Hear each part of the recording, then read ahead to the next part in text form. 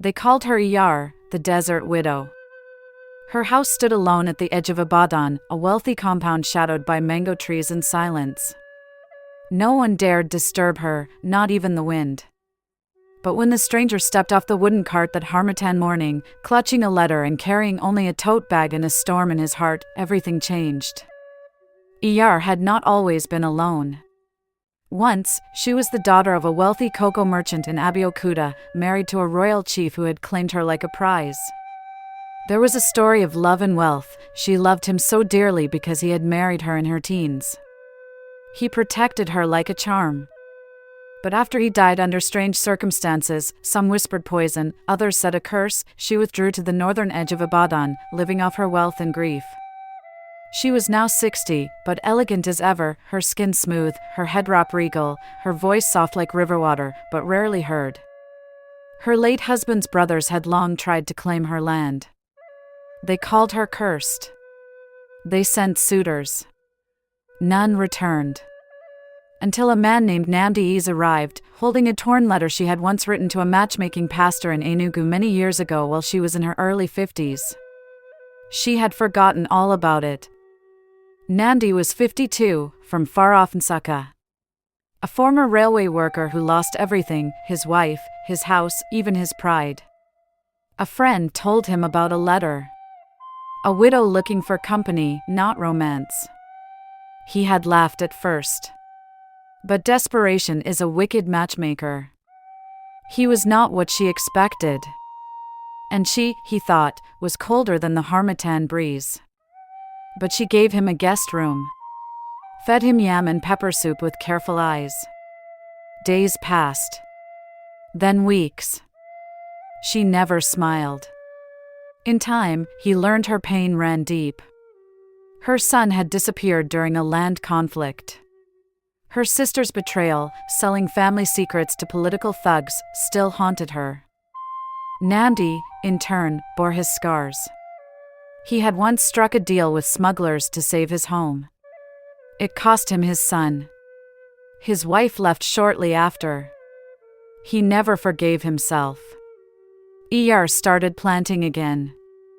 He built a fence around her garden. A laugh escaped her one evening, and it echoed like a miracle. That laugh, it wasn't loud, but it cracked the sky. Iyar froze. She hadn't heard the sound in years, hadn't expected it to come from her own mouth. Namdi looked up from where he was tying bamboo for the fence, and for a moment, neither of them moved. Iyar, he said softly, unsure if he should speak. But she turned away, her hands trembling around the basin of washed okra. It was the way you sneezed, she muttered. Namdi nodded. Then I'll sneeze again tomorrow. She didn't answer. But that night, she added a big lump of dry fish to his soup, unasked. The rhythm between them shifted. Not like lovers. Not like strangers. Like something in between, a slow, trembling song that neither wanted to end too soon. Namdi began waking earlier to sweep the compound before she came out. She no longer locked her door. One day, he placed a stool beside hers under the mango tree. She ignored it for hours, but at dusk, she sat. They didn't speak. But when a dry leaf fell between them, she picked it up and gently handed it to him, like an offering. Namdi didn't touch her. Not even a brush of fingers. He feared she would vanish if he did. And Iyar feared something worse, that if he held her, the wall she had built around her pain might crumble and drown them both. Still, one evening, as they shelled beans together, his hand lingered too close. She pulled back suddenly. I am not young, Namdi. I know. My body has changed. My spirit is tired. I don't want pity. His voice cracked. Neither do I. It came 2 days later. A fierce rainstorm that turned the red soil dark and wild. Iyar, unwell from the cold, collapsed on the kitchen floor. Namdi carried her in his arms like a child, laid her on the couch, and sat beside her all night, fanning her gently, whispering forgotten lullabies from Nsukka. When she woke and found her head resting on his lap, her tears came silently. She didn't speak. But she didn't move away either. Weeks later, he found her standing by the mango tree, holding a letter in trembling fingers. "It's the one I wrote to the pastor," she whispered. He nodded. "I wrote that I didn't want a man to love me. Just to sit with me. To be quiet with me. To die near me, not before me." Her lips trembled. "I think I lied." Namdi swallowed hard. "Then let me do something dangerous." He reached for her hand, slowly, with reverence, and pressed it against his chest. "Let me live near you." Their lips were close. Closer. But she turned. "I'm scared," she confessed. He stepped back, giving her space. "So am I." That night, she invited him to sit beside her in the main parlor. She played an old record. He told her a joke. She laughed again, freer this time. He didn't kiss her. But she leaned her head on his shoulder. When the village market reopened after the rains, they went together. She introduced him as someone who has stayed.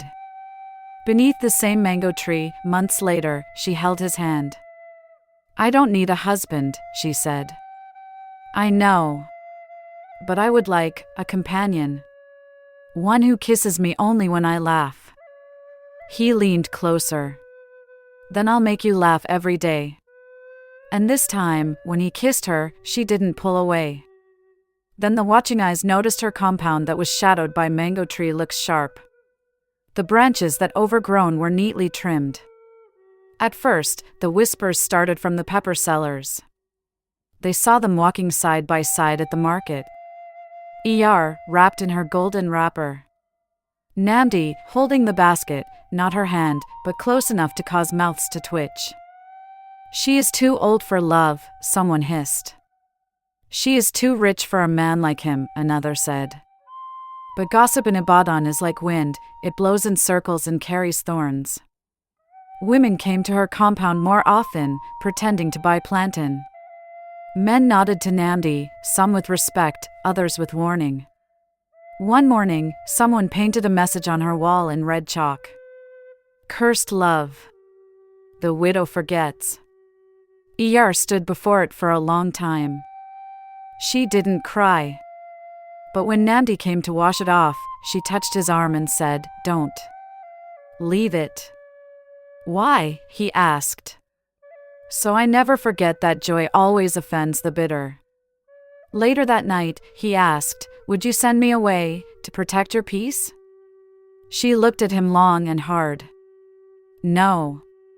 If peace cannot love, then it is not peace, it is prison." They stopped attending village functions. Not out of shame, but defiance. And yet, the distance drew eyes. Young girls whispered, curious. "She found love at 60? Some giggled, some sighed. A few older women began to come by, not to gossip, but to ask questions in quiet tones. "What does he do that makes you smile like that? How do you let someone in after so long?" Iyar would only say, "He never tried to unlock the door. He waited outside until I opened it." Namdi was ready to take it all no matter the cost. There was no announcement. One day, he moved his bag into the main house.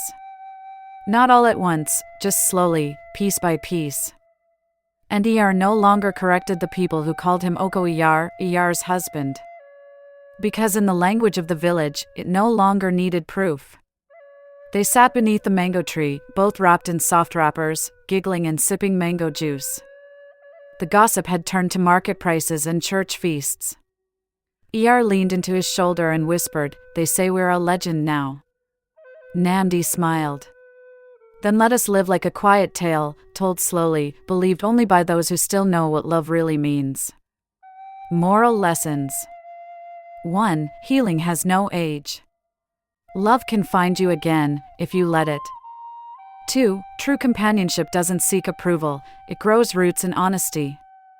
3. A community may laugh, whisper, or doubt, but what stands firm through the storm becomes legend. 4. It's never too late to be brave, and never too old to begin again. Don't forget to like, comment, 5. and subscribe Bitterness for more is a African wound that only stories that move the forgiveness can heart. heal.